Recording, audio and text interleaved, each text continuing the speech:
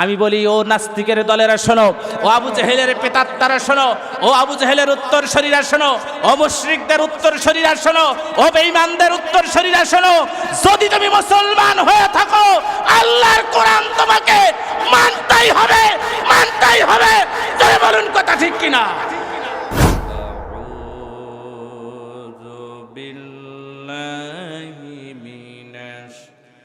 الشيطان الرجيم بسم الله الرحمن الرحيم وما أرسلناك إلا رحمة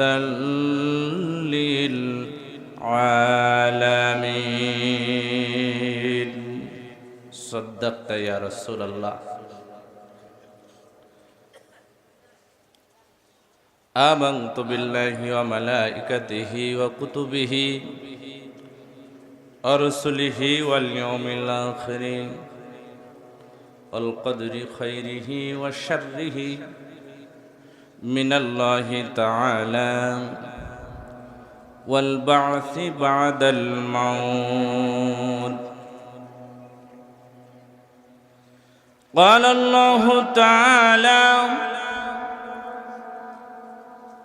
في شان رسول الله صلى الله عليه وسلم إن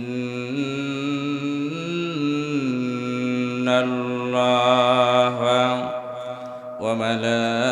وملائكته يصلون على النبي يا أيها الذين آمنوا صلوا عليه وسلموا تسليما اللهم صل على سيدنا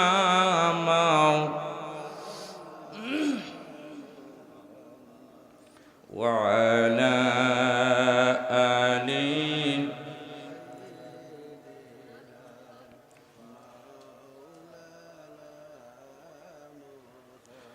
রসুল আমার ভালোবাসা, রসুল আমার আলোর আশা, রসুল আমার প্রেম বিরহের মূল আলোচনায়, রসুল আমার কাজে কর্মে অনুপ্রেরণা আল্লাহুম্মা সাল্লি আলা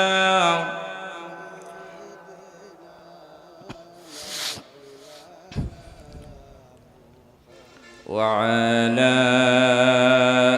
আলি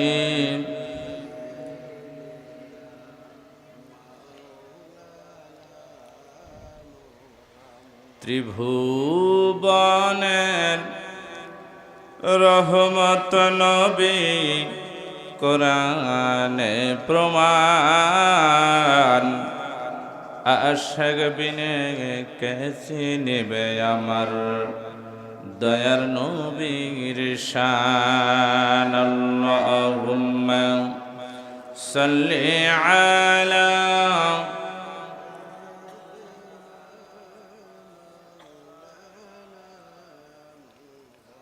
وعلى آله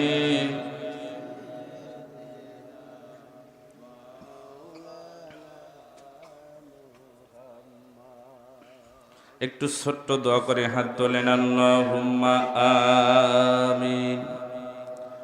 রব্বুল আলামিন আল্লাহ শাহ পরে তোমার বান্দা নাজিম খন্দকার এর আয়োজনে আল্লাহ নাতির মুখে ভাত দেবার অনুষ্ঠানে রব্বুল আলামিন এক ঝাঁক আশেক পাগল পারা বান্দা বান্দীদেরকে নিয়ে দুইখানা হাত তোমার দরবারে তুলে দিয়েছি। রব্বুল আলামিন মেহেরবানি করে আমাদের হাতগুলো তোমার দরবারে কবুল করে নাও। মাবুদ, আয় আল্লাহ, যে আশা আকাঙ্ক্ষা নিয়ে খন্দকার সাহেব আজকের এই দিনে মাহফিলের ইন্তজাম করেছে, রব্বুল আলামিন তার মনের জায়েজ বাসনাগুলো তোমার দরবারে কবুল করে নাও।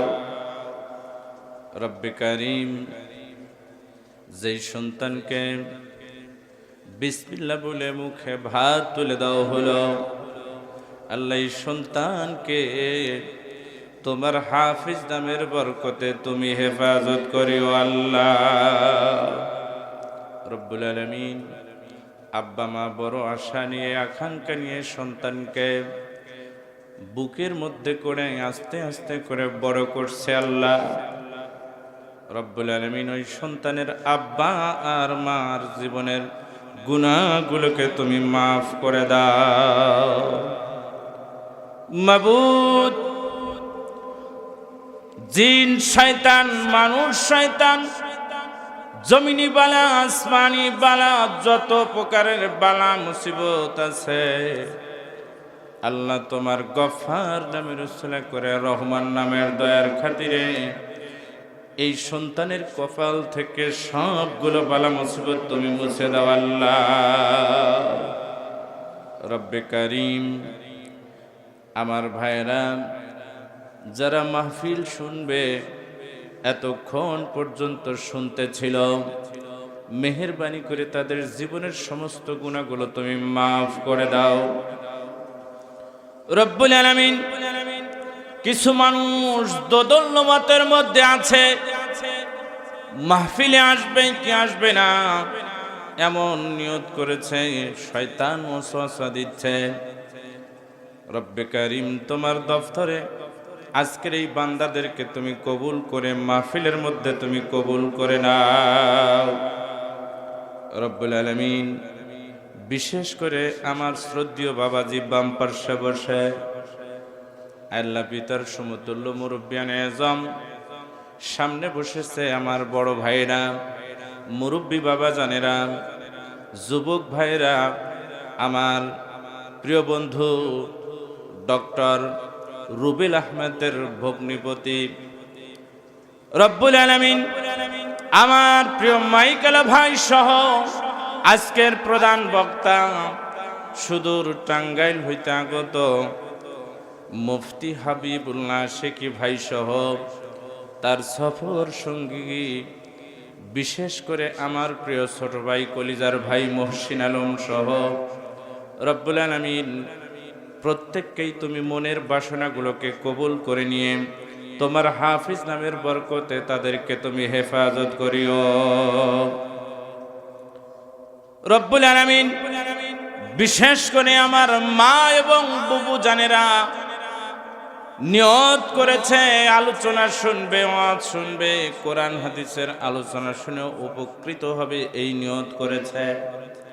রব্বে কারীম, তোমার দপ্তরে আমার সোনা মা বোনদেরকে তুমি কবুল করে নাও, মনের বাসনাগুলোকে কবুল করে নিয়ে বিবাহিত মা বোনদেরকে স্বামী পূজারী বানায় দাও, কুমারী মা বোনদেরকে দিনদার পরহেজগার মুমিন মুত্তাকি বানায় দাও আল্লাহ। রব্বুল আলামিন, আজকের মাহফিলের প্রধান অতিথি আমার প্রিয় মামা সিরাজুল ইসলাম সিরাজ, এরপরে আমার প্রিয় ভাই আল্লাহ রেজাউল করিম সহ যারা এই মাহফিলে আসবে ইন্তজাম দিয়েছে, প্রত্যেককেই তুমি কবুল করে নাও।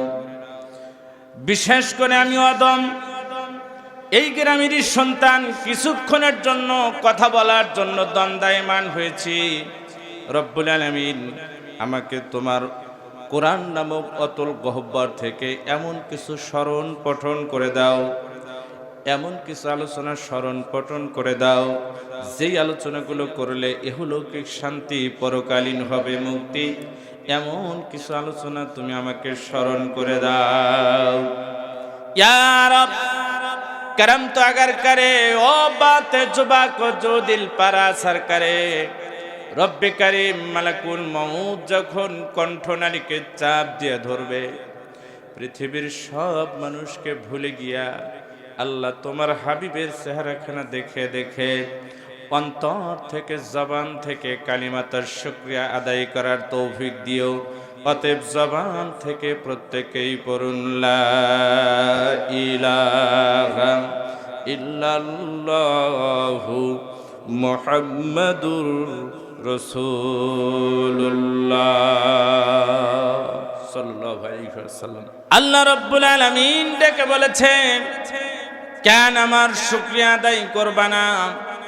আমি আল্লাহ রাব্বুল আলামিন প্রশংসার যোগ্য। তিনি ডেকে বলেন, আলহামদুলিল্লাহিল্লাযী খালাকাস সামাওয়াতি ওয়াল আরদ ওয়া জাআলায যুলুমাতি ওয়ান নূর। একটু জোরে করেন আল্লাহু আকবার। আল্লাহ রাব্বুল আলামিন ডাক দিয়ে বলেন, ও পৃথিবীর মানুষ, তাম পৃথিবীর মানুষ খেয়াল করো, আলহামদুলিল্লাহ হিল্লাযী খালাকাস সামাওয়াতি ওয়াল আরদ, আসমান এবং জমিন আমি আল্লাহ তাআলা সৃষ্টি করেছি। এবার বিবেক দিয়ে বলুন তো, পৃথিবীতে যত দার্শনিক এসেছিলেন, পৃথিবীতে যত গবেষক এসেছিলেন, পৃথিবীতে যত বিজ্ঞানী এসেছিলেন, যত শিক্ষিত সভ্য লোক এসেছিলেন, তাদের দ্বারা কি একটি চন্দ্র কিংবা একটি তারকা সব ক্ষমতা যদি এক করে প্রয়োগ করেই কি একটু চন্দ্র কিংবা তারকা সৃষ্টি করতে পারবে? পারবে কি? অতএব আল্লাহ বলেন, প্রশংসা করো আমার, কৃতজ্ঞতা স্বীকার করো আমার, কারণ এই জমিন আমার, ও আসমান আমার, গোটা পৃথিবীতে যত বৃক্ষ আছে সব কিছু আমার, মানুষ আমার, জীব জন্তু পশু পাখি যা আছে সব কিছু আমার। একটু মেহেরবানি করে বলেন তো, যেই জমিনে বসেছেন এই জমিনটা একমাত্র কার? আল্লাহ বলছেন, শোনো, তাবারাকাল্লাযী বিয়াদিহিল মুলকু ওয়া হুয়া আলা কুল্লি শাইইন কাদির। একটু জোরে করেন আল্লাহু আকবার। আল্লাহ রাব্বুল আলামিন ডাক দে বলে, ও পৃথিবীর মানুষ শোনো, আমি বরকতময় আল্লাহ, গোটা বিশ্বের মালিকানা আমার, গোটা পৃথিবীর মালিক আমি আল্লাহ রাব্বুল আলামিন। গোটা পৃথিবী আমি আল্লাহ সৃজন করেছি, সৃষ্টি করেছি। পৃথিবীর কোনো মানুষ সৃষ্টি করতে পারে নাই, পৃথিবীর কোনো মানুষের সাধ্য নাই আসমান আর জমিনের একটি খুঁটি বের করে দেখাইতে পারে। জোরে বলুন কথা ঠিক কিনা?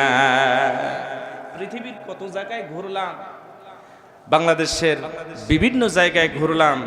গত কয়েকদিন আগেও শরীয়তপুরে প্রোগ্রাম করে আসলাম। কই শরীয়তপুর এলাকায় ভাবলাম যে ওই যে আকাশ ওদিক নেমে গেছে, বোধহয় ওখানে খুঁটি আছে। বলেন আকাশের কি খুঁটি আছে? বলেন বলেন আছে। আল্লাহ রাব্বুল আলামিন ডেকে বলে, বান্দা তাকিয়ে দেখো গোটা বিশ্বের বুকে, তাকিয়ে দেখো নিখিল ধরণীর দিকে। ওই নিখিল ধরণীর মধ্যে জমিনের উপরে আমি আল্লাহ রাব্বুল আলামিন 7 তবক আসমান জমিন সৃষ্টি করেছি। গোটা আকাশটাকে আমি আল্লাহ রাব্বুল আলামিন খুঁটিবিহীন দাঁড়িয়ে রেখেছি। এবার একটু বুঝে থাকলে বলেন তো, যিনি আসমান খুঁটিবিহীন সামিয়ানার মতো করে টানায় রাখে তিনি কে? একসাথে বলেন, তিনি কে? এই যে আমার ভাইয়েরা, ডেকোরেটরের ভাইয়েরা এত সুন্দর একটি সামিয়ানা টানিয়েছেন। এই সামিয়ানাকে ল্যান্ড করার জন্য, টানানোর জন্য দাঁড়িয়ে রাখার জন্য চারপাশে ঝাউ দিয়ে টানা দিয়েছেন। এই ঝাউটাকে দাঁড়িয়ে রাখার জন্য অনেকগুলো বাঁশের খুঁটি ব্যবহার করেছেন। জোরে বলুন কথা ঠিক কিনা? আপনার চাক্ষুষ প্রমাণ, গোটা এই সাদোয়াটাকে ল্যান্ড করার জন্য অনেকগুলো খুঁটি ব্যবহার করেছে। এর মধ্যে যদি একটি খুঁটি দুর্বল হইতো, বলেন তো সাদোয়াগুলো আস্তে আস্তে হেলে পড়তো কিনা বলেন তো? বাতাসের কি দরকার ছিল তখন? আল্লাহ রাব্বুল আলামিন ডেকে বলে, তাবারাকাল্লাযী বিয়াদিহিল মুলক, গোটা বিশ্বের মালিকানা আমার, গোটা পৃথিবীর মালিকানা আমি একমাত্র মালিক। কারণ তাকিয়ে দেখো, মাঝে মাঝে ভূমিকম্প হয়, মাঝে মাঝে ভূমিকম্প হয়, অথচ তাকিয়ে দেখো এত ওজনপূর্ণ একটি আকাশ কখনোই ভেঙে তোমার মাথার উপরে পড়ে নাই। আল্লাহ রাব্বুল আলামিন বলছেন, বান্দারে খেয়াল করো, এই যে গোটা পৃথিবী যত বড়, এই গোটা পৃথিবীর কম পক্ষে 10 গুণ বড় চন্দ্র। একটু জোরে কর না মারহাবা। গোটা পৃথিবী যত বড়, বিজ্ঞানী বলেছেন, দার্শনিক বলেছেন, চিন্তা স্থিতিশীল যারা গবেষণা করে তারা বলেছেন যে গোটা পৃথিবী যত বড়, কম পক্ষে 10 গুণ বড় হলো একটা চন্দ্র। একটু জোরে জোরে করেন সুবহানাল্লাহ। বৈজ্ঞানিকের দলের আরো বলেছেন, পৃথিবীর মানুষ শোনো, আসমান জমিন তারকাকে গবেষণা করার জন্য যখন গেলাম, বৈজ্ঞানিকের দলেরা যখন চাঁদে গেলেন, তারাও এসে বলেছেন গোটা পৃথিবী যত বড় তার চাইতে 10 গুণ বড় হলো তার চন্দ্র, আর এই চন্দ্রের 10 গুণ বড় হলো এক একটা তারকা। একটু জোরে কর না সুবহানাল্লাহ। চন্দ্রেরও 10 গুণ বড় একটা তারকা। জিজ্ঞাসা করতে পারেন, হুজুর চন্দ্র এত বড় দেখা যায় আর তারকা একেবারে এলইডি বাল্বের মতো, ছোট্ট একটি বাল্বের মতো মিটমিট মিটমিট করে জ্বলে, অথচ আপনি বললেন চন্দ্রের চেয়ে 10 গুণ বড় এক একটা তারকা। তাহলে আল্লাহ তাআলা তারকা কেমনে রাখছেন? একটু জোরে কর না সুবহানাল্লাহ। এজন্য শিশু বাচ্চার মতো গল্প। সলঙ্গাহাটে এক শিশু বাচ্চা গেছে তো সোমবারের দিন, হাটবারের দিন, 6-7 বছরের বাচ্চা আব্বার হাত ধরে বলতেছে, আব্বা এই সলঙ্গাহাটে এত মানুষ দেখা যায়, এত মানুষ দেখা যায়, আব্বা রাত্রে শোয়ার সময় এরা বালিশ কোনে পায়? একটু জোরে কর না সুবহানাল্লাহ। বাচ্চার প্রশ্ন ঠিক আছে, কারণ ও রাত্রে শোয়ার সময় বালিশ পায় নাই, ওর নানিরা বালিশ দেয় নাই। জোরে বলুন কথা ঠিক কিনা? ওর মাথার মধ্যে এটা কাজ করছে, আমি বাড়িতে 5-6 জন মানুষ, তাই আমার বালিশ হয় না। আর সলঙ্গা এত মানুষ, এরা এত বালিশ পায় কোনে? ওর প্রশ্ন ঠিক আছে কি নাই ভাই? প্রশ্ন আর ঠিক আছে। সলঙ্গা এত মানুষ আর রাত্রে শোবার সময় বালিশ কোথায় পায়? আচ্ছা বলুন তো, সলঙ্গার মানুষেরা রাত্রে শোবার সময় বালিশ তাদের বাড়িতে আছে না নাই? ছোট বাচ্চার মাথায় কি ধরছে? এটা কি মাথায় ধরবে? আমরা হলাম এই জমিনের ছোট বাচ্চার মতো, আমরা হলাম এই জমিনে ছোট বাচ্চার মতো। আল্লাহ কোরআনে সুস্পষ্ট করে বলেছেন, খলাকাস সামাওয়াতি ওয়াল আরদ, আসমান এবং জমিন সৃষ্টি করেছি আমি। সুতরাং আলহামদুলিল্লাহিল্লাযী, প্রশংসা করো একমাত্র আমি আল্লাহ তাআলার। একটু চিল্লায় কর না মারহাবা। তাহলে আল্লাহর প্রশংসা করার দরকার আছে না নাই? আমি মূল আলোচনায় যাব, একটু এগিয়ে নেই, চলেন আমার ভাইয়েরা। বৈজ্ঞানিকের দলেরা বলেছে চন্দ্রের 10 গুণ বড় হলো এক একটা তারকা। আল্লাহ রাব্বুল আলামিন কুরআনুল কারীমে সূরাতুল ইনফিতারে ডেকে বলেছেন, বান্দারে শোনো, যখন গোটা পৃথিবী আমি ভেঙে দেব, গোটা পৃথিবী যখন থরথর করে কাঁপতে থাকবে। একজন সাহাবী জিজ্ঞাসা করলেন, ইয়া রাসূলুল্লাহ, কখন এই পৃথিবী ভাঙবে? আল্লাহ রাব্বুল আলামিনের হাবিব বলেন, ও সাহাবী শোনো, যখন এই পৃথিবী অধর্মে পরিপূর্ণ হবে, খুন খারাপি রাহাদানি অন্যায় জুলুম অবচারী চাঁদাবাজি ধর্ষণ এগুলো যত হবে, আল্লাহ রাব্বুল আলামিন তখন গোটা আসমানকে ভেঙে দিবেন। ইসরাফিলকে বলবেন অনুভব, ও ইসরাফিল, তোমার যে আমি চাকরি দিয়েছি বাঁশি বাজানোর জন্য, তুমি বাঁশি নিয়ে যে রেডি আছো, এবার আজকে তুমি বাঁশি বাজাও। আর বাঁশি বাজানোর সাথে ফাতারত, গোটা আসমান আমি ফাটায়া চৌচির করে দেব। একটু চিল্লায় কর না মারহাবা। ইজাস সামাউন ফাতারত, যখন গোটা আসমানটাকে ফাটায় দিবেন, আল্লাহ বলেন ওয়াইদাল কাওয়াকিবুন তাসারাত, তখন ওই ফাটা জায়গার ভিতর থেকে তারকাগুলো এসে ঝরঝর ঝরঝর করে জমিনে পড়তে থাকবে। একটু জোরে জোরে কর না সুবহানাল্লাহ। উদাহরণস্বরূপ বলা যেতে পারে, বড়ই গাছ আছে না ভাই, বড়ই গাছ, বড়ই গাছ ওইটা যদি আমরা আপনারা ঝাঁকি দিই, তাহলে কাঁচা পাকা যা আছে ঝরঝর করে জমিনে পড়ে না? তারকাগুলো ঝরঝর করে এরকম পড়বে। কিন্তু প্রশ্ন হলো, বিজ্ঞানী বলেছে গোটা পৃথিবীর 10 গুণ বড় চন্দ্র, চন্দ্রের 10 গুণ বড় এক একটা তারকা। সেদিন ওই তারকাগুলো এসে ছোট বাচ্চারা যাবা চিলাগুন্নি কাগজ বওলা আঠা দিয়া জোড়া লাগায় লাগায় আস্তে আস্তে পেজগুলো বড় করে। আল্লাহ বলেন ওই তারকাগুলো আমি আস্তে আস্তে জমিনে ফালায় দিয়া একটা আর একটার গায়ের সাথে লাগায় দিয়া এক একটা পৃথিবী আমি আল্লাহ তৈরি করে দেব। একটু চিৎকার দিয়ে বলেন মারহাবা। না না, এই মারহাবায় আল্লাহ খুশি হবেন না, চিৎকার দিয়ে বলেন মারহাবা। এজন্য আল্লাহ রাব্বুল আলামিন ডাক দিয়ে বললেন আলহামদুলিল্লাহিল্লাযী খালাকাস সামাওয়াতি ওয়াল আরদ, গোটা আসমান এবং জমিন সৃষ্টি করেছি আমি আল্লাহ। সুতরাং হামিদানি আলহামদুলিল্লাহিল্লাযী, প্রশংসাটাও হতে হবে আমার। এজন্যই আল্লাহ রাব্বুল আলামিন বান্দাকে বুঝিয়েছেন, তুমি আকাশের দিকে তাকাও। আমি আল্লাহ রাব্বুল আলামিন চন্দ্রকে 10 গুণ বড় করেছি, আর ওই চন্দ্রের 10 গুণ বড় করেছি নক্ষত্র। সেই নক্ষত্র জমিনে পড়বে। এবার আল্লাহ রাব্বুল আলামিন ইসরাফিলকে বলবেন, ইসরাফিল তুমি আর একবার ফুৎকার দাও। ইসরাফিল আলাইহিস সালাতু ওয়াস সালাম আবার যখন ফুৎকার দিবেন, ভালো করে খেয়াল করেন, ইসরাফিল যখন আবার দ্বিতীয়বার যখন ফুৎকার দিবেন, এবারে আল্লাহ রাব্বুল আলামিন আস্তে করে বলবেন ওয়াইদাল কুবুর বুসরাত, কবরের মুখগুলো আল্লাহ তাআলা খুলে দিবেন। খুলে দেবার সাথে সাথেই পিপিলিকা যেরকম গর্ত থেকে সারিবদ্ধভাবে পিল পিল করে উঠতে থাকে, আল্লাহ রাব্বুল আলামিন বান্দা আর বান্দিকে সেদিন ওই গর্তের ভিতর থেকে পিল পিল করে তুলবেন। একটু জোরে সোরে কর না মারহাবা। এবারে শুরু হলো বিচার। এজন্যই আল্লাহ রাব্বুল আলামিন ডেকে বলেছেন প্রশংসা করো আমার, যেহেতু নিখিল ধরনের মালিক আমি, অতএব সেই প্রশংসা করো আমার। আল্লাহ রাব্বুল আলামিন অন্যথায় বলেছেন যে বান্দারে, আমাকে খুশি করার জন্য তোমাদের একটি মাধ্যম দিলাম, সেই মাধ্যমের নাম হলো আমার প্রিয় বন্ধু জনাবে মুহাম্মাদুর, বলেন জনাবে মুহাম্মাদুর, একসাথে বলেন সাল্লাল্লাহু।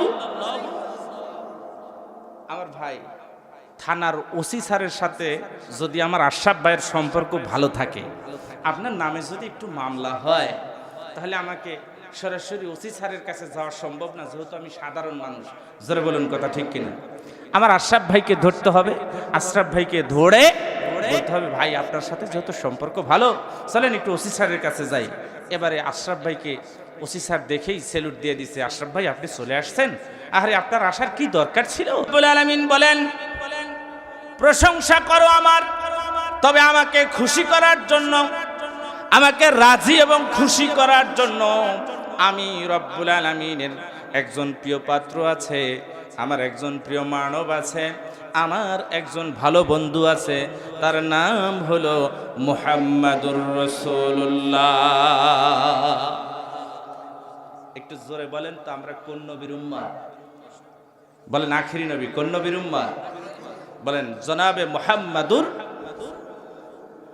রাসূলুল্লাহ, বলেন সাল্লাল্লাহু। আল্লাহ রাব্বুল আলামিন এবারে ডাক দিয়ে বলছেন বান্দা, ওসি স্যারকে খুশি করার জন্য একজন মাধ্যম তোমার লাগে, যাও আমাকে খুশি করার জন্য তোমার একটা মাধ্যম দিলাম। আল্লাহ রাব্বুল আলামিন এবার ডেকে বলছেন, বান্দারে শোনো, কুল ইন কুনতুম তুহিব্বুনাল্লাহা ফাত্তাবিউনি ইউহিব্বুকুমুল্লাহ ওয়া ইয়াগফির লাকুম যুনুবাকুম ওয়াল্লাহু গফুরুর রহিম। জোরে বলুন আল্লাহু আকবার। আল্লাহ ডেকে বলে, বান্দারে শোনো, যদি কেউ আমাকে সন্তুষ্ট করতে চায়, যদি কেউ আমার প্রশংসা করতে চায়, যদি আমার মতো আল্লাহকে কেউ রাজি খুশি করাইতে চায়, সন্তুষ্ট করতে চায়, তাহলে আমি আল্লাহ বলে দিলাম, ফাত্তাবিউনি। একটু চিল্লায় করেন আল্লাহু আকবার। আল্লাহ বলছেন, তাহলে আমার রসুলকে ভালোবাসো, আমার রসুলকে মহাব্বত করো। এবারে আমরা জিজ্ঞাসা করলাম, আল্লাহ আপনার রসুলকে যে ভালোবাসবো, এটা কেমনে ভালোবাসবো? আল্লাহর নবী এবারে জবাব দিয়ে বলছেন, লা ইউমিনু আহাদুকুম, তোমরা ততক্ষণ না পর্যন্ত মুমিন হতে পারবা না, ততক্ষণ পর্যন্ত মুমিন হতে পারবে না, হাত্তা, যতক্ষণ না পর্যন্ত নিজের সন্তান, আব্বা মা, ভাই বেরাদার, আত্মীয় স্বজন, অর্থ সম্পদ, এমনকি বেটা বেটির চাইতে যতক্ষণ না পর্যন্ত তুমি তোমার নবীকে বেশি ভালো না বাসবা, ততক্ষণ পর্যন্ত আমি আল্লাহ সন্তুষ্ট হব না, তুমি পূর্ণ মুমিন হতে পারবা না। একটু চিল্লায় কর না সুবহানাল্লাহ। একটু জবানে বলেন, রসুলকে আমাদের ভালোবাসার দরকার আছে না নাই? জোরে বলেন, আছে না নাই? আমরা রসুলকে ভালোবাসি কেমন? আমরা রসুলকে ভালোবাসি শুধু মিলাদে বলি, ইয়া নবী সালাম আলাইকা, ইয়া রাসূল সালাম আলাইকা। এরপরে নামাজ নাই, কালাম নাই, এরপরে নামাজ নাই, কালাম নাই, রোজা নাই, হজ নাই, যাকাত নাই, কোনো কিছু নাই, রসুলের আদর্শ নাই, সুন্নাত নাই, দাড়ি নাই, মিসওয়াক নাই, ওযু ইস্তেনজা রসুলের মোতাবেক নাই। অথচ আমরা বলি রসুলকে ভালোবাসি। যতবার আপনি বলবেন ইয়া নবী সালাম আলাইকা, আল্লাহর নবী মিসকে হাসি দেয়া বলে, তুমি সুন্নাত মানো না, আর বলছো ইয়া রাসূলুল্লাহ আমি তোমাকে ভালোবাসি। এটা ভালোবাসা না, এটা হলো অভিনয়। জোরে বলুন কথা ঠিক কিনা? সকালবেলা যদি ভাবিরে চাচিরে গিয়ে বলেন, বউরে আমি তোমারে ভালোবাসি, একটা কাপড়ও দিলেন না। এরপরে বিকেলে যা বলেন, বউরে আমি তোমারে ভালোবাসি, পেটে খাবারও দিলেন না। এরপরে রাত্রে গিয়ে বললেন, বউরে আমি তোরে ভালোবাসি। বউ চিন্তা করে, সব বউ না সে, তুই আমারে ভালোবাসিস, বা তো দাস না, কাপড়ও দাস না, তুই আমার কি ভালোবাসিস এইটা কি আমি জানি না? তোর বা তুতি খাই যে গেলাম। জোরে বলেন কথা ঠিক কিনা? কারণ বউ বুঝছে, কিলের বরাদ্দ বুঝছে যে স্বামী তুমি আমারে রাখবা কি রাখবা না এটা আমি জানি, তোমার কিলের ওজন বেশি, বুঝছি তুমি আমারে রাখবা না। জোরে বলুন কথা ঠিক কিনা? আল্লাহর নবী বলছেন, ততক্ষণ পর্যন্ত তুমি মুমিন হতে পারবা না। এ কথা চিরসত্য, বুখারী মুসলিম থেকে বলছি, শোনেন। একজন মানুষ কালিমা পড়লে ঈমান আনলো, কিন্তু ঈমান আনলেই তারে জান্নাতে দেওয়া হবে এমন কথা বলা হয় নাই। আল্লাহ রাব্বুল আলামিন ডেকে বলেছে, যতক্ষণ পর্যন্ত তুমি মুমিনে হক হতে না পারবা, ততক্ষণ পর্যন্ত আল্লাহর জান্নাত তোমার জন্য না। এজন্য আমরা শুধু বলি লা ইলাহা ইল্লাল্লাহ, পড়ছি একবার কালিমা, আল্লাহর জান্নাতে আমরা যাবই। এই চিন্তা যারা করেছেন, আল্লাহর কসম তারা ভুল করেছেন। কারণ আপনার মতো কত হিন্দু 1971 সনে এই বাংলাদেশের পাকিস্তানি হানাদার বাহিনীর চাপে পড়ে, অথবা যখন ঝড় হয়, প্রবল ঝড় হয়, তোমার মতো কতবার তারা বলছে লা ইলাহা ইল্লাল্লাহ, লা ইলাহা ইল্লাল্লাহ, আল্লাহ ডাইন বাও দে নাও, ডাইন বাও দে নাও। যখন ডাইন বায়ের ঘর পড়িয়া গেছে, তখন কয় আল্লাহ তুমি জিহিন্দা খুশি হিকিন্দা নাও। জোরে বলুন কথা ঠিক কিনা? রাসূলুল্লাহকে ভালোবাসা দরকার আছে না নাই? রাসূলুল্লাহ কেমন লোক ছিলেন জানেন? রাসূলুল্লাহ একবার এক গাভী দুধ হয় না, গাই পানাতে গেলে লাথালাথি করে, এদিক সেদিক করে, দুধ হয় না। রাসূলুল্লাহ সাল্লাল্লাহু আলাইহি ওয়াসাল্লাম বিসমিল্লাহ বলে এই হাত মোবারক, ডান হাত মোবারক যে জায়গায় দুধ হয় মানে স্তন, গাভীর বোটে গিয়ে এবার হাত দিছে। একটু চিল্লায় কন্যা সুবহানাল্লাহ। হাত দেওয়ার সাথে সাথেই ঝর্ণার মতো মুহূর্তের মধ্যেই বাটে দুধ এসে টিস্ট্রিপ টিস্ট্রিপ করে পড়তে শুরু করেছে। একটু চিল্লায় কন্যা সুবহানাল্লাহ। একবার মক্কা থেকে সিরিয়ায় যে ক্লান্ত হয়ে গেছে, তো মরা একটা গাছের গোড়ায় বসছেন, গাছে পাতা নাই, ডালগুলো শুকনো, একেবারে শুকনো। রাসূল ক্লান্ত, গাছের গোড়ায় গিয়ে বসে আল্লাহকে স্মরণ করছে, আল্লাহ তোমার দিন প্রচার করার জন্য কাফেররা আমারে মারে, কাফেররা আমাকে ধাওয়া দেয়, এতে আমি অসন্তুষ্ট হই না, কারণ তুমি আমার এই দায়িত্ব দিয়ে পাঠাইছো, অসুবিধা নাই, কিন্তু আমি খুব নার্ভাস ফিল করছি। আমার আপন লোকগুলো আমারে ধাওয়া করে, আমার কাছের লোকগুলো আমারে শত্রুতা করে, আল্লাহ এখান থেকে আমার একটু বাঁচাও। মনে মনে চিন্তা করছে। আল্লাহ মুহূর্তের মধ্যেই মরা গাছটারে মুহূর্তের মধ্যেই তাজা বানায়া এক মুহূর্তের মধ্যেই গোটা ডালপালাতে আল্লাহ রাব্বুল আলামিনের কৃপায় দয়ায় সবগুলা ডালের মধ্যে পাতা গজায় গেলে। বলেন তে ক্ষমতাকার। ভালোবাসে রসুলরে, ভালোবাসে মোহাব্বত করে দিছে সেই নবীর উম্মত। খুশি না বেজার? জোরে বলেন খুশি না বেজার? আমার ভাইয়েরা আসুন একটু নবীর মুজিজা নিয়ে কথা বলি। রাসূলুল্লাহ সাল্লাল্লাহু আলাইহি ওয়াসাল্লাম এমন মুজিজার লোক ছিলেন। রাসূলুল্লাহ সাল্লাল্লাহু আলাইহি ওয়াসাল্লাম একবার তিনি দাঁড়িয়ে আছেন, তার প্রিয় সাহাবী হযরতে জাবের রাদিয়াল্লাহু তাআলা আনহু, অত্যন্ত গরীব সাহাবী। জাবের রাদিয়াল্লাহু তাআলা আনহু বললেন, ইয়া রাসূলুল্লাহ নিয়ত করেছি আপনার সাহাবী কয়েকজন আর আপনারে একটু মেহমানদারি করাবো, এমন নিয়ত করেছি।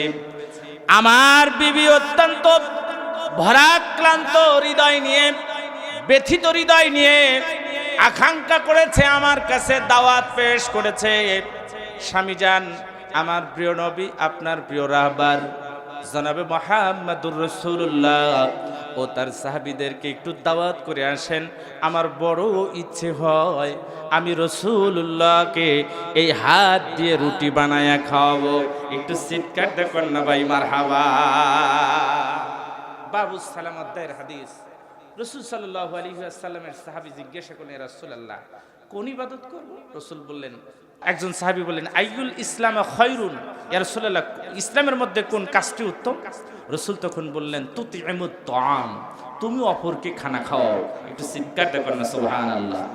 মনে রাখবেন, আল্লাহ যখন সবথেকে বেশি খুশি হন তখন আকাশ থেকে বৃষ্টি ঝরান। একটু চিৎকার দেখুন সুবহানাল্লাহ।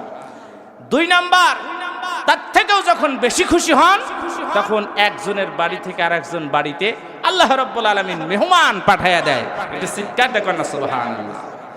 এর চাইতেও বেশি যদি কারোর উপরে সন্তুষ্ট হন, আল্লাহ তাআলা যদি রাজি খুশি হন, তাহলে মনে রাখবেন ওই ঘরে আল্লাহ তাআলা পর পর শুধুমাত্র কন্যা সন্তান দান করে থাকেন। একটু চিৎকার দেখুন মারহাবা। আমার ভাইয়েরা, জাবের রাদিয়াল্লাহু তাআলা আনহুর বিবি ডাকতে বলে, স্বামী আমার মন চাচ্ছে আমার প্রিয় নবী, কলিজার নবী, আমি তারে একটু এই হাত দিয়ে রুটি বানায়া, এই হাত দিয়ে রান্না করে তারে খাওয়াবো। স্বামী মেহেরবানি করে আমার প্রিয় নবীকে একটু দাওয়াত করে আসেন।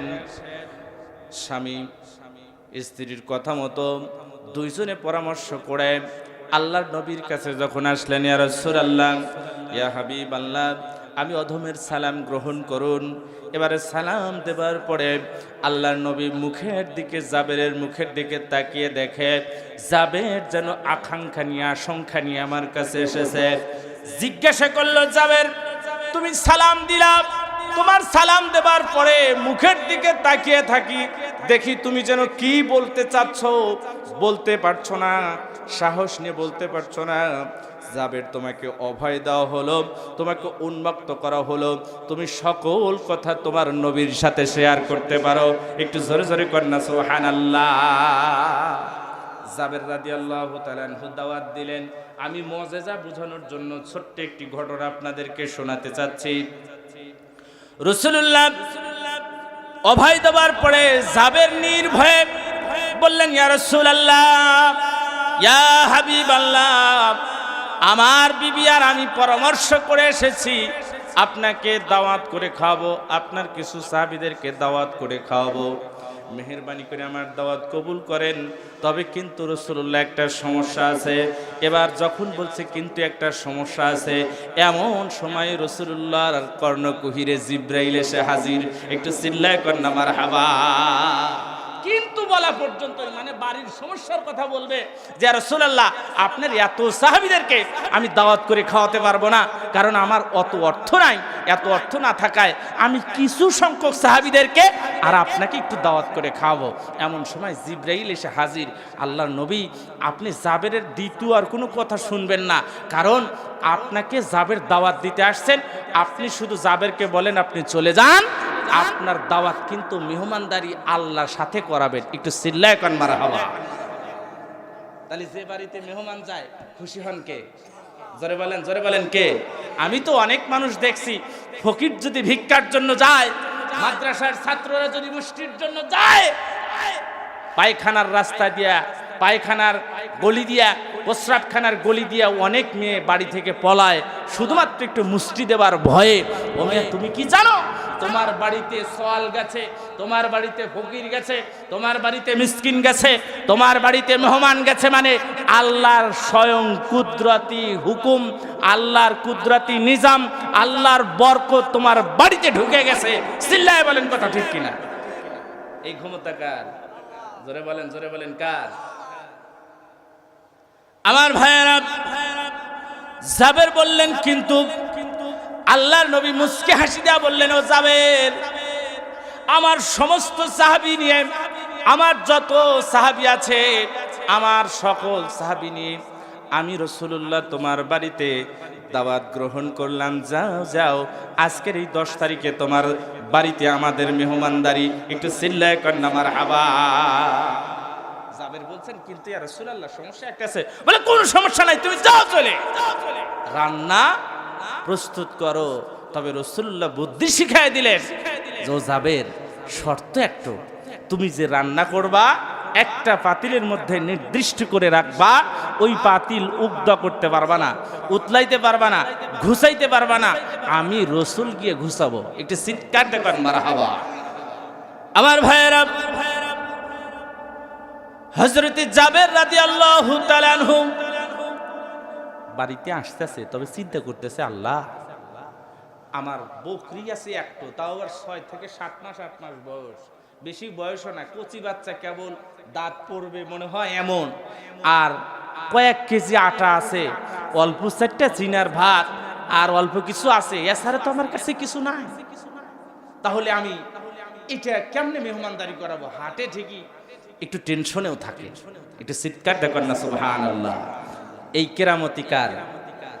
আল্লাহ বলেন, ওয়ামাকারু ওয়ামাকারাল্লাহ ওয়াল্লাহু খায়রুল মাকিরিন।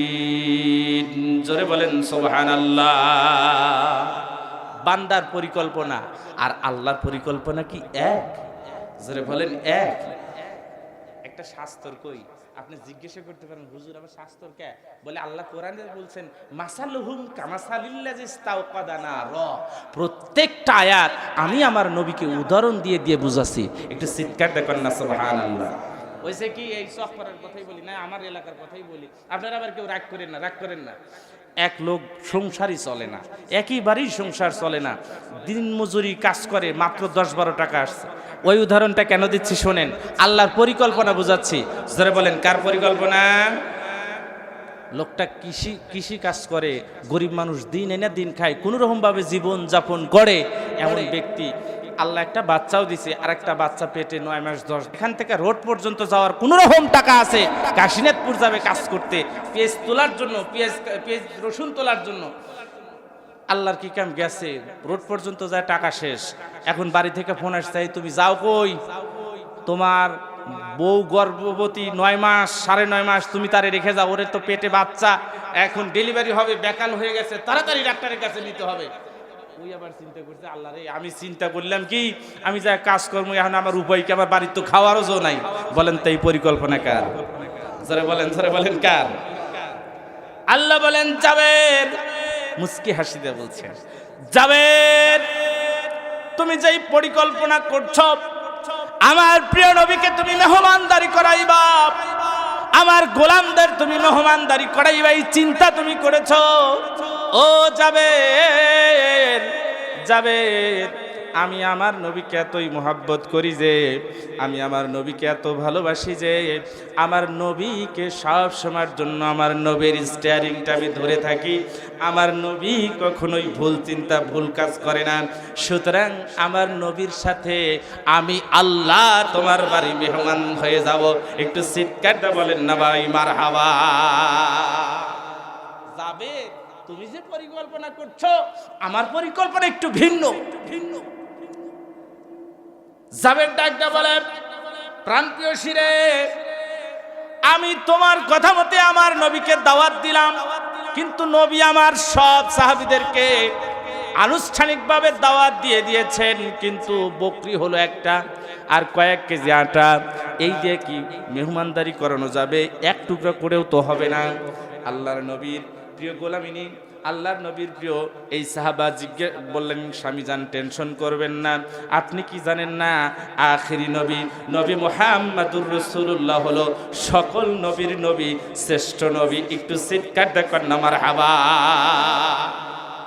বউ যদি আল্লাহর ওলি হয়, স্বামী আল্লাহর ওলি হইতে বাধ্য। জোরে বলুন কথা ঠিক কিনা? বউ যদি বিছানার ভিতর থেকে উঠে যায়, বলে যে স্বামী আমি তো তাহাজ্জুদ পড়ব, বলেন তো স্বামীর কি আর ঘুম হবে? জোরে বলেন হবে? স্বামী চিন্তা করে দেখবে, 5 দিন 7 দিন 10 দিন চিন্তা করে দেখবে, আমার বউ তাহাজ্জুদ পড়ে আর আমি বেলহেজের মতো নির্লজ্জার মতো বিছানায় ঘুমাই, এটা হলো? বলেন তো কয়দিন থাকতে পারবেন? কয়দিন থাকতে পারবেন? এই জন্য মা ওদের দিনদার হওয়া দরকার আছে না নাই? আমার ভাইয়েরা, স্বামীকে সান্ত্বনা দিচ্ছেন, জাবের রাদিয়াল্লাহু তাআলা আনহুকে সান্ত্বনা দিচ্ছেন, ভয়ের কারণ নাই। কারণ যেই নবী আসবে ওই নবী হলো রহমতের নবী, ওই নবী হলো নবী কুলের নবী, নবী কুলের শিরোমণি, আউলিয়া কুলের শিরভূষণ। ওই নবীর মতো নবী পৃথিবীতে আর কোনো নবী আসবে না। একটু চিৎকারটা কর না ভাই, মারহাবা। এবারে জাবের রাদিয়াল্লাহু তাআলা আনহুর 2টা সন্তান ছিলেন, একেবারে টকবকে গোলাপের মতো সুন্দর চেহারা। এত সুন্দর চেহারার ছোট বাচ্চা খুবই কম দেখা যায়। আমার ভাইয়েরা, জাবের রাদিয়াল্লাহু তাআলা আনহু বললেন, ও বাবারা, তোমাদের প্রিয় নবী আসবে, চলো আমরা বকরিটাকে একটু জবাই করে দিই। আল্লাহর নবী প্রিয় সাহাবী জাবের রাদিয়াল্লাহু তাআলা আনহু 2টা বাচ্চাকে সাথে করে নিয়ে এবার বকরিটাকে জবাই করছেন। সুন্দর করে যখন বিসমিল্লাহি আল্লাহু আকবার বলে জব করে সুন্দর করে খালট করে গোশত রেডি করছেন, ছোট বাচ্চারা কিন্তু দেখবেন বড়রা যা করে তা একটু নকল করতে থাকে। জোরে বলুন কথা ঠিক কিনা? জাবের রাদিয়াল্লাহু তাআলা আনহু রান্নার কাজে ব্যস্ত, তার স্ত্রী রান্নার কাজে ব্যস্ত, দ্বিতীয় কোনো সন্তান নাই। এবার বড় ভাই ছোট ভাইকে বলছে, ভাই ওই যে বকরি জব করছে আমার আব্বা, চলো না আমরা 2 ভাই এরকম বকরি জব করা খেলি। জোরে বলেন কথা ঠিক কিনা? এরকম হয় না, বকরি জব করা খেলি। বড় ভাই যখন ডাক দিয়ে বলেছে, ছোট ভাই সম্মতি দিয়েছে, 2 ভাই মিলে এবার বকরি জব করবে, বকরি জবাই করে খেলবে। জাবের রাদিয়াল্লাহু তাআলা আনহুর কলিজার টুকরা 2টা সন্তান সেই বকরি জব করা ছুরি নিয়ে এবারে যখন তিনি সুন্দর করে আস্তে করে তারা 2জন যখন আড়ালে গিয়া বলছে, ভাই তুমি একটু শুয়ে পড়ো, ছোট ভাইকে বলছে তুমি একটু শুয়ে পড়ো আর আমি বকরির মতো করে তোমার একটু জবাই করি। আমার ভাইয়েরা, ওয়ামাকারু ওয়ামাকারাল্লাহ ওয়াল্লাহু খায়রুল মাকিরিন। আল্লাহর পরিকল্পনা, আল্লাহর শখ আর প্রিয় নবীর মুআজিজা বোঝানোর জন্য আমি আপনাদের সামনে আলোচনা আলোকপাত করছি। দেখেন, খেয়াল করেন, আমার প্রিয় নবীর সাহাবীর সেই কলিজার টুকরা দুইটা সন্তান, একটা যখন কাত হয়ে শুয়ে পড়লেন, এবারে সুন্দর করে বড় সন্তানটা অস্ত্র চালাচ্ছেন, গলার ধারে যখন নিয়ে বিসমিল্লাহি আল্লাহু আকবার বলে একবার ছুরি চালায় দিয়েছেন, মুহূর্তের মধ্যেই গর্দান থেকে কাল্লা আলাদা হয়ে গেল। একটু জোরে কর না সুবহানাল্লাহ। কাহিনী কি? আলাদা হয়ে গেল। এবারে বাচ্চাটাকে কিছুক্ষণ না পেয়ে মায়ের মন আনচান করে না, বলেন তো? মায়ের মন তো পৃথিবীর কোনো মানুষ না জানলে বাচ্চার যদি বিপদ হয় আব্বার আগে মা জানে। জোরে বলেন কথা ঠিক কিনা? মা ডাকতে বলছে, স্বামী রে, আমার দুইটা কলিজার টুকরাকে দেখছি না, আমার নবী আসবে, ওদের একটু সাজায় গুজা দেওয়া দরকার। হাত পায়ে ময়লা থাকলে মেহমান আসলে কেমন দেখায়, বলেন তো? পরিবেশ নষ্ট হয় না? আমাদের বাচ্চাকে এভাবে সাজাই না আমরা? জাবের রাদিয়াল্লাহু তাআলা আনহুর স্ত্রী এবারে বাচ্চাদেরকে খোঁজ করতে গিয়ে দেখে যে ছোট ভাই কাত হয়ে পড়ে আছে, কাল্লাটা দড়ি আছে। বড়টা চিন্তা করছে, আল্লাহ আর ওঠে না, মরে গেল। ওই ভয়ে চিন্তা করতে করতে দূরে উঠতে উঠতে একটি গাছের মাথায় উঠছে। উঠতে উঠতে একেবারে নীল দাঁড়ায় যখন উঠে, নীল ডগায় যখন উঠে গেছে, ওখান থেকে সেও পড়ে যে সেও মারা গেছে। চিন্তা করে দেখলো, আল্লাহ কোন পরীক্ষায় ফেললেন বলেন তো? পৃথিবীর সব ঈমান যিনি পরীক্ষা করতে পারেন তিনি কে? জোরে বলেন, তিনি কে? আপনি জিজ্ঞাসা করতে পারেন যে পরীক্ষা করে তার প্রমাণ কি? তাহলে আমি একটা প্রমাণ দিই আপনাদের। আমাদের এই যে গোজা ব্রিজ আছে না ভাই, গোজা ব্রিজ আছে, গোজা ব্রিজের নিচে দেখবেন পালেরা পাতিল সাজায় রাখে না? এইবার পাতিল কিনতে যায়, আমরা যাই কিনা থাপড় দিই। বলেন তো থাপড় দিই কেন? টন টন করে বাজে কিনা, ফাটা আছে কিনা টেহা দেখি কেউ ফাটা পাতিল নেবেন? এই থাপড় দেওয়াটা হলো পরীক্ষা। এই থাপড় দেওয়াটা কি? পাতিলকে পরীক্ষা করছি, ফাটা পাতিল টাকা দিয়ে নেব,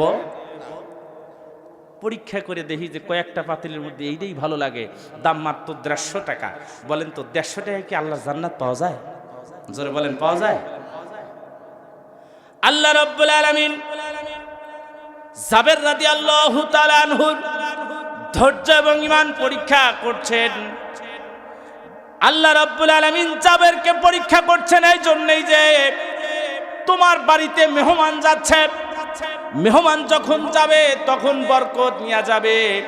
আর যেই মেহমান যাচ্ছে উনি শুধু তোমার মেহমান না, আমি আল্লাহর কাছেও মেহমান। একটু চিৎকার দেখেন না সুবহানাল্লাহ। জাবের রাদিয়াল্লাহু তাআলা আনহু পরীক্ষায় বললেন। এবারে মা ডেকে বললেন, জাবের রাদিয়াল্লাহু তাআলা আনহুর স্ত্রী ডেকে বললেন, স্বামী টেনশনের কোনো কারণ নাই, এইটা যেন আমার নবী না জানে। যাক, আমার সন্তান চলে যাক, সব চলে যাক, তবুও যদি আমার নবী সন্তুষ্ট হয় আমার আল্লাহ সন্তুষ্ট হবে। এটা চিৎকার দেখেন মারহাবা। লা ইউমিনু আহাদুকুম হাত্তা কুনা হাব্বা ইলাইহি মিন ওয়ালিদিহি ওয়া ওয়ালাদিহি ওয়ান নাসি আজমাইন। চিৎকার দেখেন মারহাবা। আমার ভাইয়েরা, হযরত জাবের রাদিয়াল্লাহু তাআলা আনহু এবং স্ত্রী দুইজনে মিলে পরামর্শ করে ন্যাপ তোষক দিয়া দুইটা বাচ্চারে মোড়ায়া সুন্দর করে আলাদা করে রাখলেন, এমন ভাবে বাঁশ দিয়ে রাখলেন যাতে সন্তানদেরকে আর দেখা না যায়। আল্লাহর নবীর কর্ণকুহরে এই সংবাদ জিবরাইল এসে দিলেন। একটু মেহেরবানি করে বলেন তো, জিবরাইল যার হুকুমে চলাফেরা করে একটু মেহেরবানি করে বলেন তো তার নাম কি? জিবরাইল কি আল্লাহর হুকুম ছাড়া নড়াচড়া করে? আল্লাহ পাঠিয়ে দিলেন, জিবরাইল আমার নবীর কাছে যাও, আমার নবীকে বলো আমার আল্লাহ বলে দিয়েছেন জাবের রাদিয়াল্লাহু তাআলা আনহুর দুইটা সন্তানকে নিয়ে যেন খানা খায়, এছাড়া যেন আমার নবী খাবারে হাত না দেয়। একটু চিৎকার দেখেন সুবহানাল্লাহ। এই জন্য মেহমানদের সাথে ছোট বাচ্চাকে খাবারের প্লেটে বসানো সুন্নাত। একটু চিৎকার দেখেন না সুবহানাল্লাহ। আমরা এটাকে অবহেলা করি, ছোট বাচ্চাকে খাবারের সময় কাছে বসাই না। না, এটা রাসূলের সুন্নাত। পারলে একটু পাতে থেকে তুলে 2-1 লোকমা খাওয়ায় দেন, রাসূলের আরেকটা সুন্নাত হলো। একটু চিৎকার দেখেন সুবহানাল্লাহ। আমার ভাইয়েরা, হযরত জাবের রাদিয়াল্লাহু তাআলা আনহু মাঝে মাঝে ঘেমে অস্থির হয়ে যায়। আবার চিন্তা করে মেহমান আসছে, আল্লাহ আমারে কোন পরীক্ষায় ফেললেন। জাবের রাদিয়াল্লাহু তাআলা আনহু এই চিন্তা করে একবার ঘেমে অস্থির হয়ে যায়। আবার তিনি সুস্থ হয়ে পূর্ণ জায়গায় ফিরে আসেন। আল্লাহর নবী মেহমানদেরকে সাথে করে নিয়ে, অনেকগুলো ঘোড়া উট সাথে করে নিয়ে জাবের রাদিয়াল্লাহু তাআলা আনহুর বাড়ির দিকে আসেন। আর জাবের রাদিয়াল্লাহু তাআলা আনহুর স্ত্রী দূর থেকে লক্ষ্য করে দেখছেন যে আমার নবী আসছেন। আমার নবী যখন আসে, আসার সাথে সাথেই যেন দূর থেকে মনে হচ্ছে আল্লাহর নূর বিদ্যুতের মতো চমকাইতে আছে। একটু জোরে জোরে কন্যা মারহাবা। কারণ আমার নবী এত সুন্দর ছিলেন যে নবী যদি গোলাপের দিকে তাকাইতেন, নবী যদি গোলাপের দিকে লক্ষ্য করতেন, তাহলে মুহূর্তের মধ্যেই গোলাপ ও মুখ আড়াল করত। নবীর এত সুন্দর চেহারা ছিল। একটু জোরে জোরে কন্যা সুবহানাল্লাহ। হযরতে জাবের রাদিয়াল্লাহু তাআলা আনহু এবারে সুন্দর করে খাবার ঢেকে রেখেছেন। আল্লাহর নবী আসলেন। এবার জাবের গ্রহণ করে খাবারের প্লেটে বসাবেন। খাবারের প্রস্তুতি হচ্ছে। আল্লাহর নবী জিজ্ঞাসা করলেন, ও জাবের, খাবারের ব্যবস্থা কোথায় রেখেছো? বলে, খাবার ওই পাতিলের মধ্যে সুন্দর করে স্টকে রেখে দিয়েছি, জমা করে রেখেছি। আপনি যেভাবে বলেছেন সেইভাবে কাজ করেছি ইয়া রাসূলুল্লাহ, কোনো ত্রুটি করি নাই। আমার বাড়িতে যে একটি কচি খাসি ছিল, বকরি ছিল, সেই বকরিটারে জবাহ করে আপনার জন্য গোশত ভুনা করেছি, রুটি করেছি। ইয়া রাসূলুল্লাহ, খাবারের কোনো অসুবিধা নেই, আপনি টেনশন করবেন না। এবার আল্লাহর নবী ডেকে বলে, জাবের, তুমি কি জানো না আমি ছোট বাচ্চা রেখে কখনো খাবার খাই না। একটু চিল্লায় কোন মারহাবা। ছোট বাচ্চা কি জাবের দিতে পারবে বলেন তো? জাবেরের কি ক্ষমতা আছে? হায়াত বা মৃত মানুষকে জীবিত করবে, এই ক্ষমতা কি জাবের রাদিয়াল্লাহু তাআলা আনহু আছে? আল্লাহর নবী ডাক দিয়ে বললেন, জাবের, তোমার দুইটা বুকের মানিক আছে, কলিজার টুকরা সন্তান দুটি আছে। আমি নবীকেও খুব মহব্বত করে, সম্মান করে, শ্রদ্ধা করে। ও জাবের, মেহেরবানি করে বলো তোমার সন্তানগুলো কোথায়? আল্লাহর নবীর প্রিয় সাহাবী বলছেন, ইয়া রাসূলুল্লাহ, ওরা ছোট মানুষ, এসে আপনাকে বিরক্ত করতে পারে, মেহেরবানি করে আমাকে বলুন, আর ওদেরকে দরকার নেই, আপনি খাবারের প্লেটে হাত দেন। জিবরাইল এসে ডাকে বলে, ইয়া রাসূলুল্লাহ, আপনি খাবারে হাত দেবেন না। যদি হাত দেন তাহলে কিয়ামতের ময়দানে আল্লাহর নবী আপনাকে হিসাব দিতে হবে। ইয়া রাসূলুল্লাহ, আপনি প্লেটে হাত দিবেন না, কারণ আল্লাহ আপনারে বলেছে তাদেরকে সাথে করে নিয়ে খাবার খাওয়ার জন্য। আল্লাহর নবী এবার উঠে দাঁড়ালেন, বললেন, ও জাবের, চলো, তোমার দুটি সন্তান কোথায়? ওই দুইটা সন্তান আমি নিজে নিয়ে এসে আমার খাবারের প্লেটের মধ্যে খাবার খাওয়াবো। একটু চিৎকার দেখুন না মারহাবা। জাবের রাদিয়াল্লাহু তাআলা আনহু এবার আস্তে আস্তে করে বলছেন, ইয়া রাসূলুল্লাহ, আমার সন্তান দুটো বোধহয় ঘুমিয়ে পড়েছে, কৌশল অবলম্বন করেছে, কৌশল অবলম্বন করতে হয়। এবারে সুন্দর করে বলছেন, ঠিক আছে চলো, আমি ঘুমের বাচ্চাটাকে ডেকে ডেকে তুলব। আল্লাহর নবী যখন এই কথা বললেন, এবার জাবের রাদিয়াল্লাহু তাআলা আনহু মুহূর্তের মধ্যেই কপাল ঘেমে গেল, মুহূর্তের মধ্যে জিভ গড়ায়া গড়ায়া টস টস করে ঘাম পড়তে শুরু করলেন। চিন্তা করলেন, হায় হায়, আমার বাচ্চাটা যে মারা গেছে, এইটা যদি জানতে পারে তাহলে আমার নবী খাবার খাইবে না, গোসা করে চলে যাবে। না না, এটা কেমনে হয়? এবার সুন্দর করে আস্তে করে নবী যখন বলেছেন, জাবের চলো, যেতেই হবে, আমি রসুলের হাতে বায়াত গ্রহণ করেছি, রসুলের হুকুম মানতেই হবে। এবার রাসূলুল্লাহ সাল্লাল্লাহু আলাইহি ওয়াসাল্লামকে ডেকে নিয়ে বলছেন, ইয়া রাসূলুল্লাহ, বোধহয় এই তোষকের মধ্যে ঘুমিয়ে পড়েছে, ওখানেই তারা দুইজন আছে। একটু চিৎকার দেখুন না মারহাবা। জাবের রাদিয়াল্লাহু তাআলা আনহু তোষকের মধ্যে দেখায় দিয়েছে আল্লাহর নবী, এমন রহমতের নবী, বরকতের নবী। আমার আল্লাহ রাব্বুল আলামিন জাবেরকেও পরীক্ষা করলেন, আমার নবীকেও মুজিজা দেখায় দিলেন। আমার নবী এবার ডাক দিয়ে বলল, ও জাবেরের দুই সন্তান, মেহেরবানি করে কুম বিইজনিল্লাহ আমি রসুল তোমাদেরকে ডাকলাম, আমি নবী তোমাদেরকে ডাকলাম, আসো আসো তোমাদেরকে সাথে করে নিয়ে খাবার খাবো। আল্লাহর নবীর প্রিয় আল্লাহর নবী যখন এই ডাক দিলেন, মুফাসসিরিন কিরামগণ বলেন, ঐতিহাসিকগণ বলেন, আল্লাহর নবী যখন ডাক দিলেন, আস্তে করে সেই তাবুখানা খুলতে খুলতে, সেই ল্যাপ তোষকখানা পেঁয়াজখানা খুলতে খুলতে দুইটা সন্তান এসে বলেন, লাব্বাইক ইয়া রাসূলুল্লাহ, লাব্বাইক ইয়া রাসূলুল্লাহ, আমরা হাজির। একটু চিৎকারটা কর না মারহাবা, আর জোরে বলেন মারহাবা। এই ছিল আমার নবীর মুজিজা। নবীকে প্রমাণ করে দেখালেন, যাবে দেখো আমার নবীকে আমি কত ভালোবাসি। কুল ইন কুনতুম তুহিব্বুনাল্লাহ, যদি কেউ আমাকে ভালোবাসতে চায়, আমাকে সন্তুষ্ট করতে চায়, তাহলে ফাত্তাবিউনি, তারা যেন আমার নবীকে ভালোবাসে। আমার নবীর মুজিজা ছিল এরকম। আর আমি ঈমান পরীক্ষা করেছি, জাবেরকে এরকম, জাবেরের স্ত্রীকে এরকম। অতএব আমার আল্লাহ তাআলা সেই দুটি মরা বাচ্চাকে ফেরত দিয়ে দিলেন। একটু মেহেরবানি করে জবানে বলেন, হায়াত আর মৌতের মালিক কে? একসাথে বলেন নাই, জোরে বলেন কে?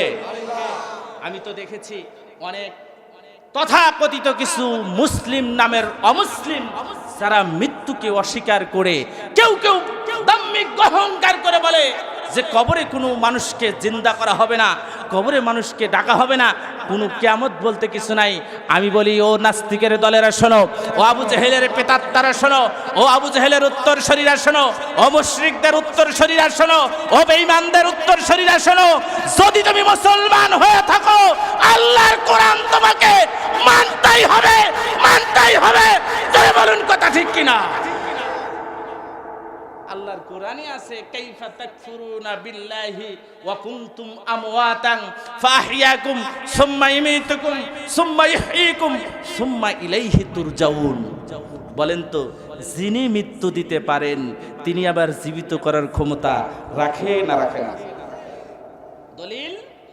দলিল হলো কাইফা তাকফুরুনা বিল্লাহ। অন্য জায়গায় বলা হয়েছে, মিনহা খলাকনাকুম ওয়া ফিহা নুঈদুকুম ওয়া মিনহা নুখরিজুকুম তারাতান। এজন্য আল্লাহ রাব্বুল আলামিন বললেন, আলহামদুলিল্লাহিল্লাযী খালাকাস সামাওয়াতি ওয়াল আরদ।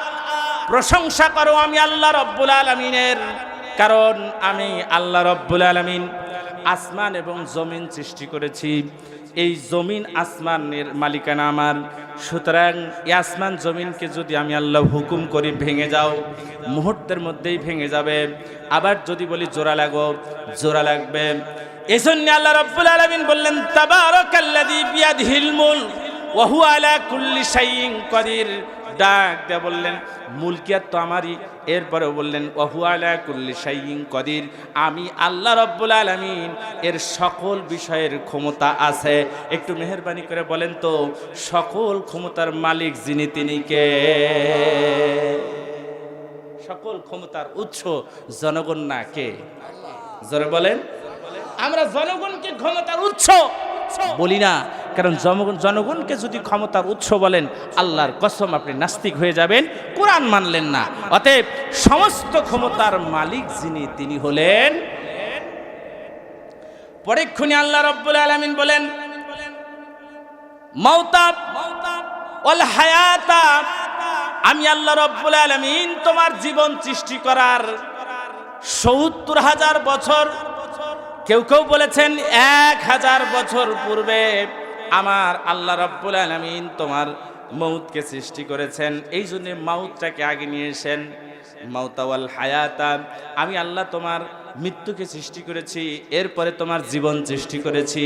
কারণ এজন্যই যে লিয়াবলুয়াকুম আইয়ুকুম আহসানু আমালা, আমি তোমাদেরকে পরীক্ষা করব, দেখি তোমরা বেশি বেশি কে নেক আমল করতে পারো।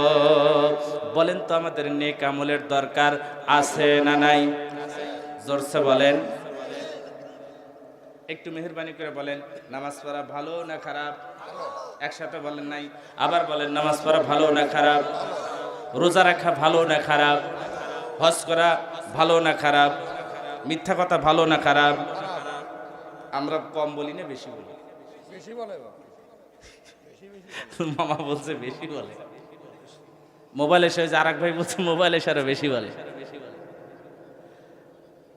আমার ভাইয়েরা, আল্লাহ পরীক্ষা করছেন যে আলহামদুলিল্লাহিল্লাযী খালাকাস সামাওয়াতি ওয়াল আরদ, আসমান জমিন আমার প্রশংসা করো, আমার যা এই সব কিছুর মালিক যেহেতু আমি, অতএব প্রশংসা আমার করো। এজন্যই বারবার তিনি উদাহরণ দিচ্ছেন যে দেখো আসমান এত তারকা রাখছি, এই জমিনে এত সুন্দর করে রাখছি, সব তোমাদের জন্য। এক জমিনের মধ্যে বড়ই গাছ গাড়ো, লিচু গাছ গাড়ো, লিচু গাছে কোনোদিন বড়ই ধরে না, বড়ই গাছে কোনদিন ভুল করেও লিচু ধরে না, তাল গাছে কোনদিন বেল ধরে নাই, বেল গাছে কোনদিন তাল ধরে নাই। এই ক্ষমতা কার? না না, একসাথে হয় নাই, জোরে বলেন কার? এই যে এখন হইছে, এই যে আমাদের জবান, এই জবান দিছে কেন? বেশি দূর যাব না, আমি আমার পাশের গ্রামের কথা বলছি, নামও বলছি না। একজনের বাচ্চা হয় না, একেবারে 12-14 বছর পরে মান্নত করছে, আল্লাহ তুমি আমার একটা সন্তান দাও, একটা সন্তান দাও, ভিক্ষা দাও। আল্লাহ চিন্তা করে দেখলো তুমি এত বিনয়ের সাথে দোয়া করছো, তোমার একটা পুত্র সন্তান দিলাম। পুত্র সন্তান দেওয়ার পরে একেবারে আল্লাহদের আটখানি হয়ে নাম রাখছে তার টাইগার।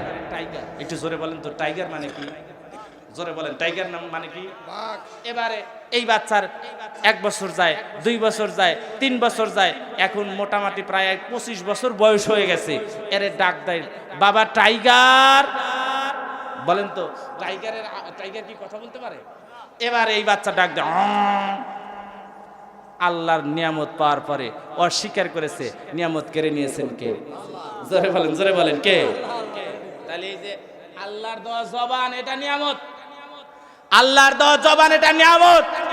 সেই নিয়ামত পাওয়ার পরে কত ভালো মানুষদেরকে, কত সুন্দর মানুষদেরকে মিথ্যা সাক্ষী দেবার মাধ্যম দিয়ে কারারুদ্ধ করে রেখেছেন। আমার ভাইয়েরা, এই দেশে একজন প্রেসিডেন্ট ছিলেন, শহীদ প্রেসিডেন্ট জিয়াউর রহমান, যিনি এই দেশের একমাত্র সেনাবাহিনীর অন্যতম, যিনি এই দেশের জন্য কল্যাণ করতে গিয়ে নিজের জীবনকে বিলিয়ে দিতে হয়েছে। এরকম অসংখ্য ভালো মানুষ, শহীদ কাদের মোল্লা, শহীদ মিজানুর রহমান, শহীদ মীর কাসেম আলী, যাদেরকে বিনা অপরাধে কারারুদ্ধ করে তাদেরকে শহীদ করা হয়েছে মিথ্যা সাক্ষীর বিনিময়ে। যারা বলেন কথা ঠিক কিনা? আল্লাহ বললেন, বেদব, তোমরা তো নাফরমান। আল্লাহ এবারে হুঁশিয়ারি দিয়ে বললেন, খুজু, আমি তোমারে ধরবো, কারণ এই কণ্ঠ দিয়েছি আমি। বলেন তো এই কণ্ঠে চাপ দিয়ে ধরার ক্ষমতা কার আছে? না না, একসাথে হয় নাই, বলেন কার? এই জবান যদি রেখে যান, আল্লাহর কসম, রাতের মধ্যে যদি জবান বন্ধ হয়ে যায়, আমি আর হুজুরদের সাথে করে নিয়ে এরপরে ওই হেলথ কেয়ারে নিয়ে সার্জারি করে আর জবান ফেরত দিতে পারবো না। জবান যিনি ফেরত দিতে পারেন তিনি কে? জোরসে বলেন তিনি কে? এই যে এখন হইছে।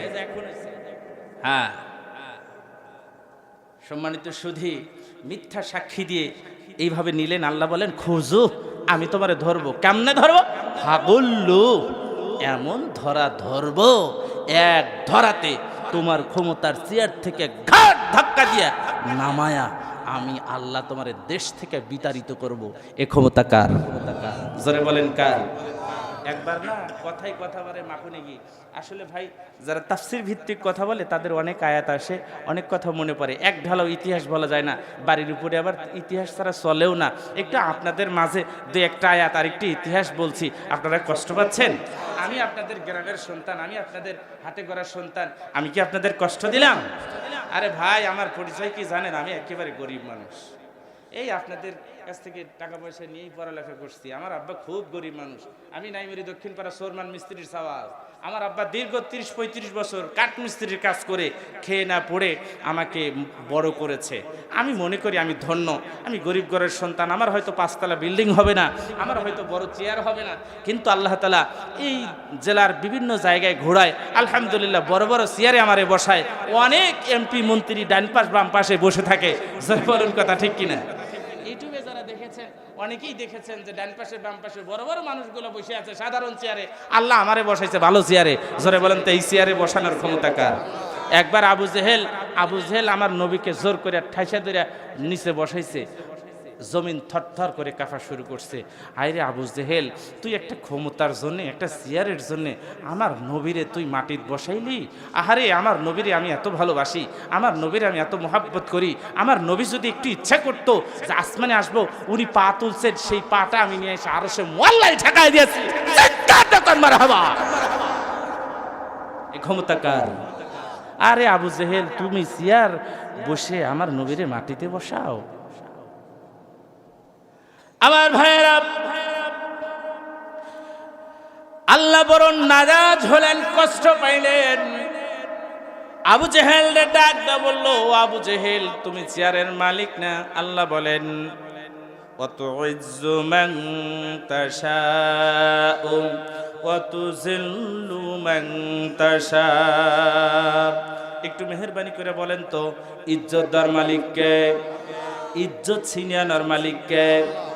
পৃথিবীর সব মানুষ মিলে যদি আমারে আপনি সালাম দেন, আমি বড় হুজুর এই চিন্তা করে যদি সালাম দেন, আল্লাহর কসম আল্লাহ যদি আমারে সম্মান না দেয় কখনোই সম্মানিত হতে পারবো না। আর পৃথিবীর কোন মানুষ যদি সালাম না দেয় আর আল্লাহর যদি চান যে আমি বড় করব, তাহলে আস্তে আস্তে করে তিল তিল করে তারে বড় করবেন, সম্মানী করবেন। এই ক্ষমতা কার? শাইন কাদির, সকল ক্ষমতার উৎস কে? একসাথে বলেন কে? এই যে আজকে আমার মামা ডান পাশে বসছে, কতদিন নারার খেতে ঘুমাইছে না মামা? কতদিন নারার খেতে ঘুমাইছে? দৌড়, পুলিশ আসছে, র্যাব আসতেছে, দৌড়। আরে ভাই, আবার ধরেন ক্ষমতায় বিএনপি যাক, জামাত যাক, জাসদ যাক, যেই যাক যাক, যেই যাই যাক, সে যায় যদি এই ধরনের আচরণ করে, তারেও ঘাড় ধরে নামানোর ক্ষমতা আল্লাহর আছে না? ধরে বলেন আছে না? কত মানুষ আপনারাই দেখেছেন, আপনারা তো বয়স্ক মানুষ, আপনাদেরকে কি বুঝাবো? আপনারা তো আমাদের মুরব্বী, আমাদের বাপের সমতুল্য, আমাদের চাচাদের সমতুল্য, মামাদের সমতুল্য। আমার মামার বাড়ি এই গ্রাম, নানার বাড়ি এই গ্রাম, বাপের বাড়ি এই গ্রাম, জন্ম এই গ্রাম, মরলেও মনে হয় এই গ্রামই থাকবো। আল্লাহ যেন আমার এই কবরই রাখেন, বলেন আমি। শোনেন, অত ইজ্জু মান তাশা অত জিল্লু মান তাশা ও বিয়াদিকাল খায়র। আল্লাহ ইজ্জত দেওয়ার মালিক, সম্মান দেওয়ার মালিক, ইজ্জত ছিনিয়ে নেওয়ার মালিক, ক্ষমতায় বসানোর মালিক, ক্ষমতা থেকে ঘাট ধাক্কা দিয়ে নামায়া এ পার থেকে ওপার পার করে দেওয়ারও মালিক। জোরে বলুন কথা ঠিক কিনা? ক্ষমতার অপব্যবহার করতে হয়। এই যে আমি আজকে মাউথপিস পেয়েছি, মাইক্রোফোন পেয়েছি, আপনারা দাওয়াত করেছেন, ইচ্ছা মতো আমি দলীয় কথা বলতে পারতাম। দলীয় কথা কি বলেছি? জোরে বলেন। হ্যাঁ আমার ভাইয়েরা, চলে আসেন সেই আয়াতের কাছে যাই। কেন আল্লাহ তাআলার শুকরিয়া আদায় করব? আল্লাহ রাব্বুল আলামিন ডেকে বলে, এজন্যই শুকরিয়া আদায় করবা যে নিখিল ধরণীতে যা আছে, পূর্ব গগনের সূর্য থেকে পশ্চিম গগনে অস্ত যায়, এরপরে চন্দ্র সূর্য গ্রহরাজি যা আছে, মানব কুণ্ডল যা আছে, যত মাখলুক আছে, সবগুলোর স্রষ্টা আমি আল্লাহ রাব্বুল আলামিন। সুতরাং সেই জন্য আমি আল্লাহ রাব্বুল আলামিনের ইত্তেবা করো, আমি আল্লাহর দাসত্ব করো, গোলামি করো। কারণ হলো গোটা পৃথিবীর এই 10 দুনিয়ার সমান হলো একটা চন্দ্র, আর ওই 10 চন্দ্র 10টার সমান হলো একটা তারকা। এইবার যদি পৃথিবীর সমস্ত মানুষকে বলা হয়, ও পৃথিবীর মানুষেরা, যত মানুষ আছে, এই বাংলাদেশে প্রায় 18 কোটি মানুষ আছে, এরপরে বহির বিশ্বের মানুষ যত আছে, সব মানুষ মিলে বসে যদি ওই রাত্রে বসে বসে যদি তারকা গোনার পাল্লা দেন, একটু মেহেরবানি করে বলেন তো, সব মানুষ কি তারকা গুনে শেষ করতে পারবো? এই ক্ষমতা কি আমাদের আছে? তাহলে চন্দ্রের 10 গুণ বড় তারকা, সেই তারকা আল্লাহ রাব্বুল আলামিন কেমন করে রাখছেন? এবার এই জন্য বলছেন, তাকাও আকাশের দিকে, ও পৃথিবীর মানুষেরা, কোথাও তোমরা আমি আমার মতো আল্লাহর সৃষ্টির কোথাও ভুল দেখাইতে পারবা না, কারণ এই সৃষ্টির স্রষ্টা হলো আমি আল্লাহ। একটু চিৎকার দেখবেন না মারহাবা।